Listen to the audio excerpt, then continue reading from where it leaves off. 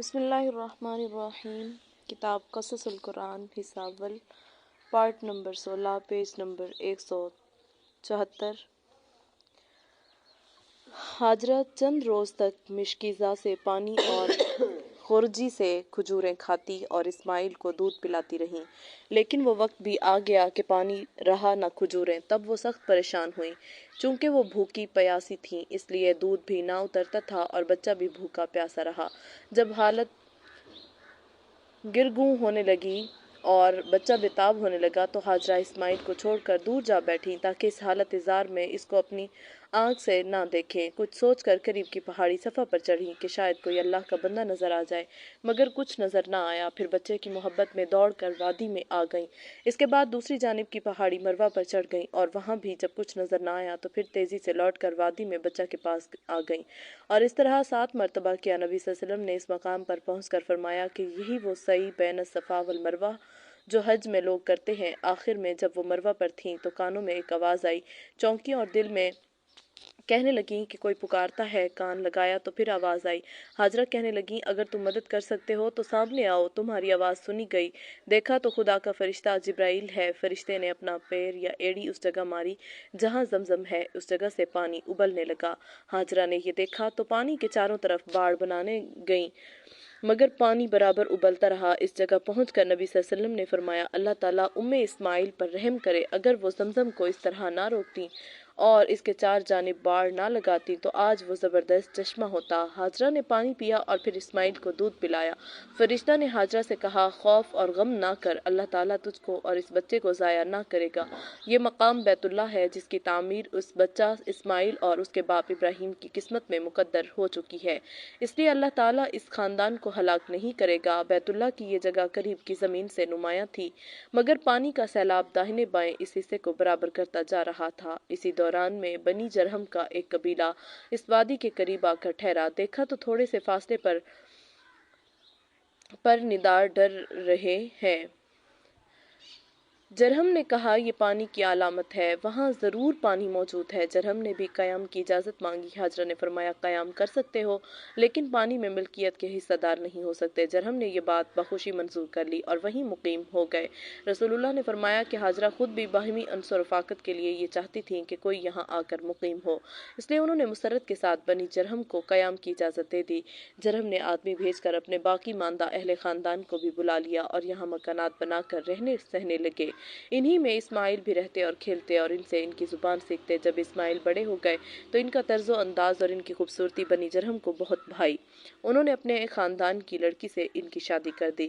اس کے کچھ عرصہ کے بعد ہاجرہ کا انتقال ہو گیا۔ ابراہیم برابر اپنے اہل و عیال کو دیکھنے آتے رہتے تھے۔ ایک مرتبہ تشریف لائے تو اسماعیل گھر پر نہ تھے۔ ان کی اہلیہ سے دریافت کیا تو انہوں نے جواب دیا کہ روزی کی تلاش میں باہر گئے ہیں۔ ابراہیم نے دریافت کیا، گزران کی کیا حالت ہے؟ وہ کہنے لگی، سخت پریشانی مصیبت میں ہے اور سخت دکھ تکلیف میں۔ ابراہیم نے یہ سن کر فرمایا، اسماعیل سے میرا سلام کہہ دینا اور کہنا کہ اپنے دروازے کی چوکھٹ تبدیل کر دو۔ اسماعیل واپس آئے تو ابراہیم کے نور نبوت کے اثرات پائے۔ پوچھا، کوئی شخص یہاں آیا تھا؟ بی بی نے سارا قصہ سنایا اور پیغام بھی۔ اسماعیل نے فرمایا کہ وہ میرے باپ ابراہیم تھے اور ان کا یہ مشورہ ہے کہ میں تجھ کو طلاق دے دوں، لہٰذا میں تجھ کو جدا کرتا ہوں۔ اسماعیل نے پھر دوسری شادی کر لی۔ ایک مرتبہ ابراہیم پھر اسماعیل کی غیبت میں آئے۔ اسی طرح ان کی بی بی سے سوالات کیے۔ بی بی نے کہا، خدا کا شکر احسان ہے، اچھی طرح گزر رہی ہے۔ دریافت کیا، کھانے کو کیا ملتا ہے؟ اسماعیل کی بی بی نے جواب دیا، گوشت۔ ابراہیم نے پوچھا، اور پینے کو؟ اس نے جواب دیا، پانی۔ تب حضرت ابراہیم نے دعا مانگی، اللہم بارک لہم فی اللحم والماء، اللہ تعالیٰ ان کے گوشت اور پانی میں برکت عطا فرما، اور چلتے ہوئے پیغام دے گئے کہ اپنے دروازہ کی چوکھٹ کو محفوظ رکھنا۔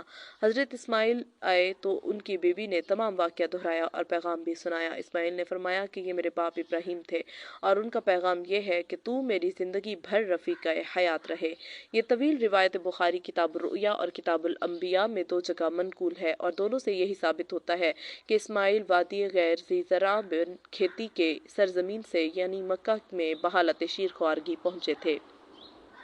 مگر سید سلیمان ندوی ارض القرآن میں تورات کی روایت کی تردید یا تصحیح کرتے ہوئے یہ تحریر فرماتے ہیں کہ اسماعیل اس وقت سن رشد کو پہنچ چکے تھے، اور قرآن کی ان آیات سے استدلال کرتے ہیں رب هب لي من الصالحين فبشرناه بغلام حليم فلما بلغ معه السعي قال يا بني إني أرى في المنام أني أذبحك فانظر ماذا ترى قال يا أبت افعل ما تؤمر ستجدني إن شاء الله من الصابرين وبشرناه بإسحاق نبيا من الصالحين وباركنا عليه وعلى إسحاق۔ صافات، اے پروردگار عطا کر مجھ کو نیک لڑکا، پس بشارت دی ہم نے اس کو بردبار لڑکے کی۔ پھر جب پہنچا وہ اس سن کو کہ باپ کے ساتھ دوڑے تو باپ نے کہا میرے بیٹے، میں نے خواب میں دیکھا ہے کہ میں تم کو ذبح کر رہا ہوں، دیکھو تم کیا سمجھتے ہو؟ بیٹے نے کہا میرے باپ، جو حکم کیا گیا ہے کر گزرو، مجھے صابر پاؤ گے۔ اور ہم نے ابراہیم کو اسحاق کی بشارت دی جو نبی ہوگا اور نیکوکاروں میں سے ہوگا، اور اس پر اور اسحاق پر برکت نازل کی۔ ربنا انی اسکنت من ذریتی بواد غیر ذی زرع عند بیتک المحرم۔ ابراہیم، اے ہمارے پروردگار، میں نے بسا دیا ہے اپنی اولاد میں سے بن کھیتی کی سرزمین میں تیرے محترم گھر کے پاس، اور آخر میں ہے الحمدللہ الذی وہب لی علی الکبر اسماعیل و اسحاق۔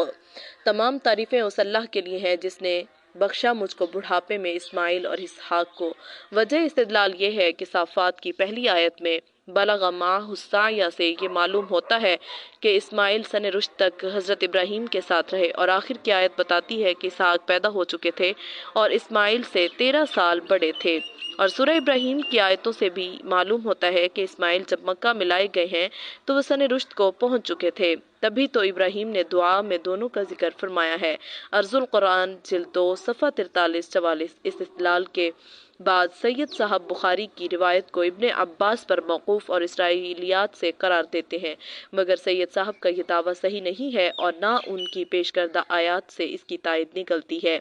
اول اس کے لیے کہ صافات میں بلغ معہ السعی کا یہ مطلب لینا کہ اسماعیل حضرت ابراہیم کے زیر سایہ فلسطین ہی میں پرورش پاتے رہے، تب صحیح ہو سکتا تھا کہ اس جملہ کے بعد آیت میں کوئی دوسرا جملہ حضرت اسماعیل کے مکہ پہنچنے کے متعلق مذکور ہوتا تاکہ ذبح اسماعیل کے واقعہ کے ساتھ صحیح جوڑ لگ سکتا، کیونکہ اس پر تمام علماء اسلام کا اتفاق ہے اور سید صاحب بھی اس کو تسلیم کرتے ہیں کہ ذبح اسماعیل کا واقعہ مکہ کی زندگی سے وابستہ ہے، اور آیت یہ کہتی ہے کہ جب اسماعیل سن رشد کو پہنچے تو ان کے باپ نے ان سے اپنا خواب بیان کیا۔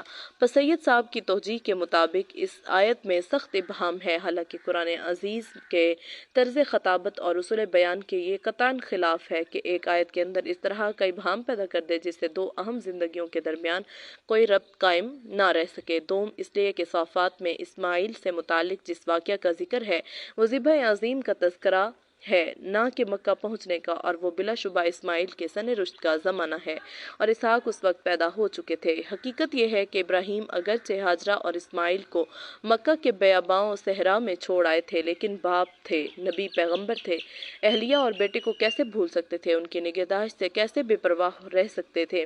وہ برابر بے آب و گیاہ صحرا میں آتے رہتے اور اپنے خاندان کی نگرانی کرتے رہتے تھے، اور آیت بلغ معہ السعی سے مراد ہے، لہٰذا اسحاق کی بشارت کا ذکر بالکل برمحل ہے۔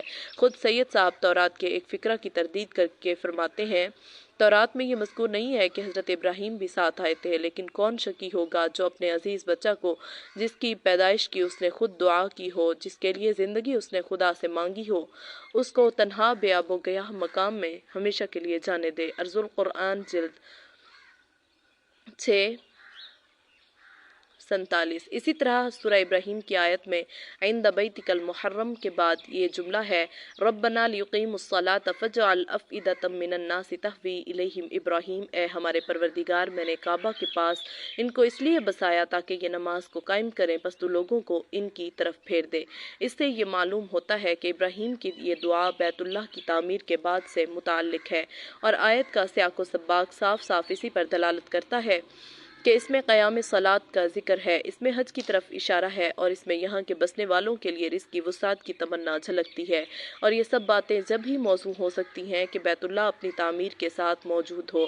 البتہ ابن عباس کی روایت میں بھی اس دعا کا ذکر آتا ہے۔ معلوم ہوتا ہے کہ اپنے خاندان کو یہاں چھوڑتے وقت حضرت ابراہیم نے جو دعا مانگی تھی وہ اسی کے قریب قریب تھی، اس لیے ابن عباس کی روایت میں اس آیت کو بطور استشہاد نقل کر دیا گیا ہے۔ یہ مطلب نہیں ہے کہ بعینی ہی یہی وہ دعا ہے جو اس وقت انہوں نے مانگی تھی، اور اس میں اسحاق کا بھی ذکر تھا۔ جب ابن عباس خود روایت کر رہے ہیں کہ یہ واقعہ اسماعیل کی شیر خوارگی کا ہے، تو وہ کس طرح یہ کہہ سکتے تھے کہ ابراہیم نے اس وقت ایسی دعا مانگی کہ جس کے آخر میں اسماعیل کے ساتھ اسحاق کی ولادت کا بھی ذکر تھا۔ سوم اس بن کھیتی کی سرزمین مکہ کے چپا چپا اور گوشہ گوشہ میں شور پانی کے سوائے شیریں پانی کا نام اور نشان نہیں ہے، اور آج بھی آلات جدیدہ کی آمد کے باوجود اس زمین سے شیریں پانی کا اخراج ناممکن بنا ہوا ہے۔ تو زمزم کا وجود یہاں کیسے ہوا؟ یہ مذہبی اور تاریخی دونوں حیثیت سے اہم سوال ہے۔ اس کے متعلق اگرچہ آیات قرآنی کوئی تصریح نہیں کرتی، مگر بخاری کی یہی ابن عباس والی ہر دو روایات اس کے وجود کی تاریخ بیانی کرتی ہیں۔ اس میں حضرت اسماعیل کو شیر خوار ظاہر کیا گیا ہے، اور تورات میں بھی جس طرح اس کا ذکر ہے وہ آیات ان میں ہیں جو اسماعیل کو شیر خوار ظاہر کرتی ہیں۔ بہرحال اگرچہ قرآن عزیز کی کسی آیت سے یہ ثابت نہیں ہوتا کہ اسماعیل اس سرزمین مکہ میں کس سن میں پہنچائے گئے، مگر بخاری کی روایات کہتی ہیں کہ یہ زمانہ اسماعیل کی شیر خوارگی کا تھا، اور یہی صحیح ہے۔ پس ابن عباس کی یہ روایت اسرائیلیات میں سے نہیں ہے، بلکہ زبان وحی ترجمان کے بیان کردہ تفصیلات کی صحیح ترجمانی ہے۔ قرآن عزیز نے حضرت اسماعیل کی ولادت کے متعلق ان کا نام لے کر صاف صاف کوئی ذکر نہیں کیا، البتہ بغیر نام لیے ہوئے ان کی ولادت کی بشارت کا تذکرہ موجود ہے۔ ابراہیم ابھی تک اولاد سے محروم ہے، اس لیے درگاہ الہی میں ایک نیک اور صالح فرزند کے لیے دعا مانگتے ہیں، اور اللہ تعالیٰ ان کی دعا کو شرف قبولیت بخشتا اور ولادت فرزند کی بشارت دیتا ہے۔ رب ہب لی من الصالحین فبشرناہ بغلام حلیم۔ صافات، اے پروردگار مجھ کو ایک نیکوکار لڑکا عطا کر، پس ہم نے اس کو ایک بردبار لڑکے کی بشارت دی۔ یہ غلام حلیم کون ہے؟ یہ وہی اسماعیل جو ہاجرہ کے بطن سے پیدا ہوا، اس لیے کہ قرآن عزیز کی اس آیت سے دوسری آیت کے بعد حضرت اسحاق کی بشارت کا ذکر ملتا ہے۔ وَبَشَّرْنَاهُ بِإِسْحَاقَ نَبِيًّا مِّنَ الصَّالِحِينَ وَبَارَكْنَا عَلَيْهِ وَعَلَىٰ إِسْحَاقَ۔ صافات، اور بشارت دی ہم نے ابراہیم کو اسحاق کی جو نیکوکاروں میں سے ہوگا، نبی ہوگا، اور برکت دی ہم نے اس پر اور اسحاق پر۔ بس جبکہ حضرت ابراہیم کے ابھی دو بیٹے تھے، اسماعیل اور اسحاق، اور تورات و تاریخ کی متفقہ نقل کے پیش نظر اسماعیل بڑے ہیں اور اسحاق چھوٹے، تو صاف ظاہر ہے کہ صافات کی پہلی آیت میں جس لڑکے کی بشارت مذکور ہے اس سے حضرت اسماعیل کے علاوہ دوسرا کون مراد ہو سکتا ہے؟ اور جب ابراہیم نے ہاجرہ و اسماعیل کو مکہ میں آباد کیا تھا تو ان کے لیے دعا کرتے ہوئے اس طرح اللہ تعالیٰ کا یہ شکریہ ادا کیا: الحمدللہ الذی وہب لی علی الکبر اسماعیل و اسحاق۔ ابراہیم 39۔ تمام تعریف اس اللہ کے لیے ہے جس نے مجھ کو بڑھاپے میں اسماعیل اور اسحاق عطا کیے۔ یہ آیت بھی اس بات کی تصدیق کرتی ہے کہ الصافات کی آیت میں جس بشارت کا ذکر ہے اس سے حضرت اسماعیل ہی مراد ہیں۔ ختنہ، جب حضرت ابراہیم کی عمر 99 سال ہوئی اور حضرت اسماعیل کی 13 سال تو اللہ تعالیٰ کا حکم آیا کہ ختنہ کرو۔ ابراہیم نے تعمیل حکم میں پہلے اپنے ختنہ کی، اور اس کے بعد اسماعیل اور تمام خانہ زادوں اور غلاموں کی ختنہ کرائیں۔ تب ابراہیم نے اپنے بیٹے اسماعیل اور سب خانہ زادوں اور اپنے سب زر خریدوں کو، یعنی ابراہیم کے گھر کے لوگوں میں جتنے مرد تھے سب کو لیا اور اسی روز ان کا ختنہ کیا جس طرح خدا نے اس کو فرمایا تھا۔ اس وقت ابراہیم کا ختنہ ہوا وہ 99 برس کا تھا، اور جب اس کے بیٹے اسماعیل کا ختنہ ہوا وہ 13 برس کا تھا۔ پیدائش باب 17 آیات 23-25۔ یہی رسم ختنہ آج بھی ملت ابراہیمی کا شعار ہے اور سنت ابراہیمی والے نام سے مشہور ہے۔ ذبح عظیم، مقربین بارگاہ الہی کے ساتھ اللہ تعالیٰ کا معاملہ وہ نہیں ہوتا جو عام انسانوں کے ساتھ ہوتا ہے۔ ان کو امتحان و آزمائش کی سخت سے سخت منزلوں سے گزرنا پڑتا اور قدم قدم پر جاں سپاری اور تسلیم و رضا کا مظاہرہ کرنا ہوتا ہے۔ نبی صلی اللہ علیہ وسلم نے فرمایا کہ ہم گروہ انبیاء اپنے اپنے مراتب کے اعتبار سے امتحان کی صعوبتوں میں ڈالے ہیں۔ ابراہیم بھی چونکہ جلیل القدر نبی اور پیغمبر تھے، اس لیے ان کو بھی مختلف آزمائشوں سے دوچار ہونا پڑا اور اپنی جلالت قدر کے لحاظ سے ہر دفعہ امتحان میں کامل و مکمل ثابت ہوئے۔ جب ان کو آگ میں ڈالا گیا تو اس وقت جس صبر اور رضا بقضاء الہی کا انہوں نے ثبوت دیا اور جس عزم و استقامت کو پیش کیا وہ انہی کا حصہ تھا۔ اس کے بعد جب اسماعیل اور ہاجرہ کو فاران کے بیاباں میں چھوڑ آنے کا حکم ملا تو وہ بھی معمولی امتحان نہ تھا، آزمائش اور سخت آزمائش کا وقت تھا۔ بڑھاپے اور پیری کی تمناؤں کے مرکز، راتوں اور دنوں کی دعاؤں کے ثمر اور گھر کے چشم و چراغ اسماعیل کو صرف حکم الہی کی تعمیل و امتثال میں ایک بے آب و گیا جنگل میں چھوڑتے ہیں اور پیچھے پھر کر بھی اس کی طرف نہیں دیکھتے کہ کہیں ایسا نہ ہو کہ شفقت پدری جوش میں آ جائے اور امتثال امر الہی میں کوئی لغزش ہو جائے۔ ان دونوں کٹھن منزلوں کو عبور کرنے کے بعد اب ایک تیسرے امتحان کی تیاری ہے جو پہلے دونوں سے بھی زیادہ زہرا گزرا اور جان گسل امتحان ہے۔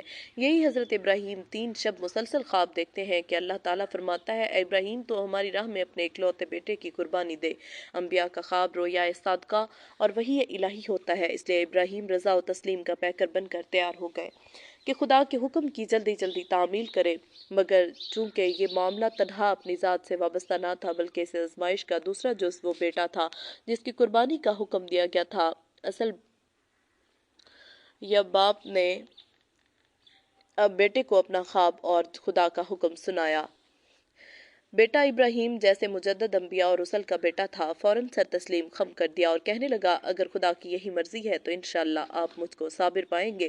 اس گفتگو کے بعد باپ بیٹے اپنی قربانی پیش کرنے کے لیے جنگل روانہ ہو گئے۔ باپ نے بیٹے کی مرضی پا کر مضبوط جانور کی طرح ہاتھ پیر باندھے، چھری کو تیز کیا اور بیٹے کو پیشانی کے بل پچھاڑ کر ذبح کرنے لگے۔ فوراً خدا کی وحی ابراہیم پر نازل ہوئی، اے ابراہیم تو نے اپنا خواب سچ کر دکھایا، بے شک یہ بہت سخت اور کٹھن آزمائش تھی۔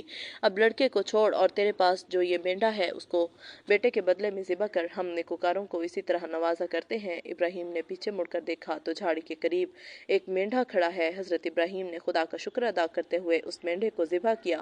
یہی وہ قربانی ہے جو اللہ کی بارگاہ میں ایسی مقبول ہوئی کہ بطور یادگار کے ہمیشہ کی ملت ابراہیمی کا شعار پائی، اور آج بھی ذی الحجہ کی 10ویں تاریخ کو تمام دنیا اسلام میں یہ شعار اسی طرح منایا جاتا ہے۔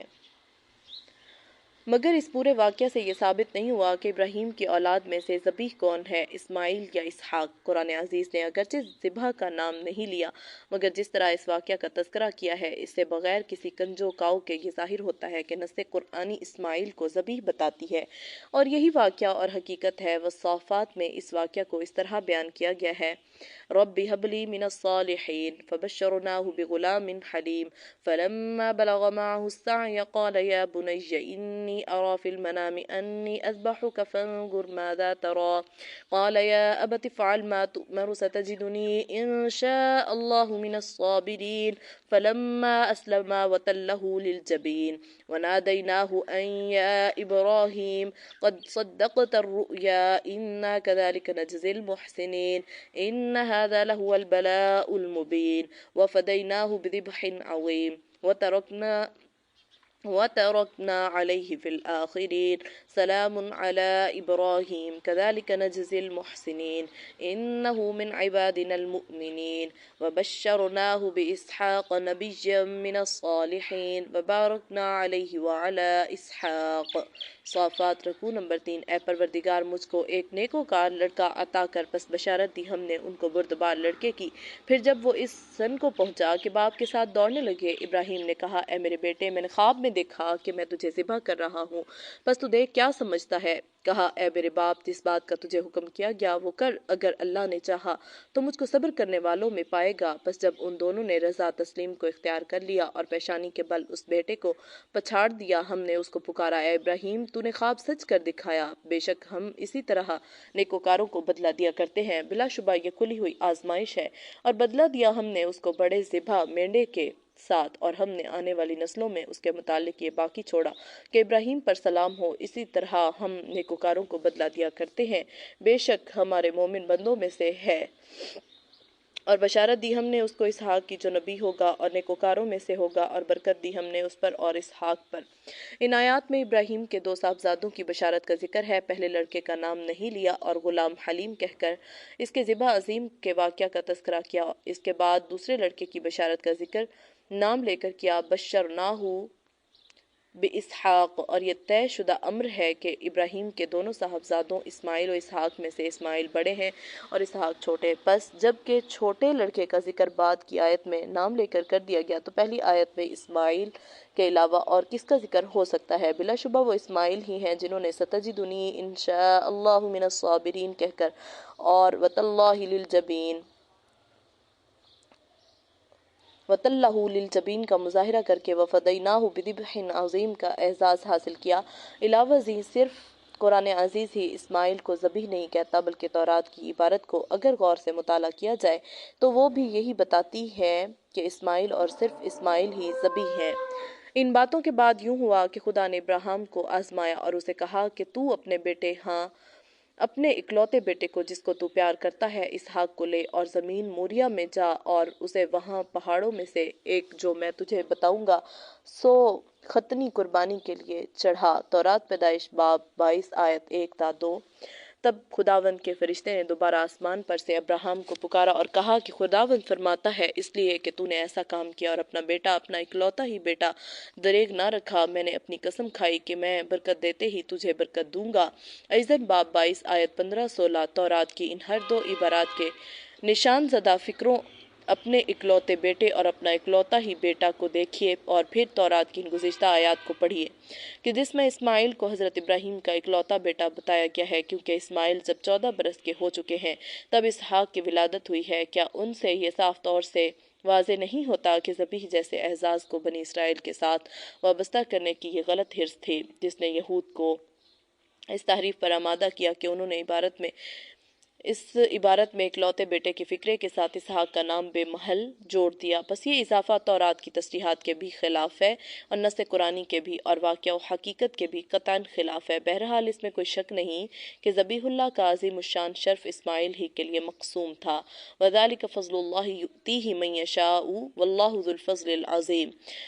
یہ اللہ کا فضل ہے، جس کو وہ چاہے اس کو دے، اور اللہ بڑے فضل والا ہے۔ سخت تعجب ہے کہ چند علماء اسلام بھی اس غلطی میں مبتلا نظر آتے ہیں کہ ذبیح اسماعیل نہ تھے، اسحاق تھے، اور جو دلائل انہوں نے اس سلسلہ میں بیان کیے ہیں، افسوس کہ ہم ان سے متفق نہیں ہو سکتے، کیونکہ ان کی بنیاد و اساس محض وہم و ظن پر قائم ہے، نہ کہ یقین کی روشنی پر۔ مثلاً ان کی ایک بڑی دلیل یہ ہے کہ والصافات کی مستورہ بالا آیات میں سے پہلی آیت بشرناہ بغلام حلیم میں کوئی نام مذکور نہیں ہے، اور اس کے بعد کی آیات میں اس کے ذبح سے متعلق ذکر کرتے ہوئے فرمایا بشرناہ باسحاق، تو کیا غلام حلیم بھی یہی اسحاق نہیں ہے؟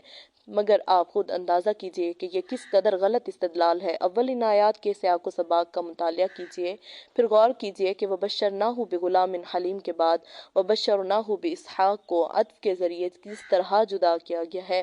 عربی اصول نحو کے مطابق کون سی گنجائش ہے کہ ان دونوں کو ایک ہی شخصیت قرار دیا جائے، خصوصاً جب کہ دونوں کی بشارت کے ذکر کے ساتھ ساتھ جدا ان کے اوصاف بھی بیان کیے گئے۔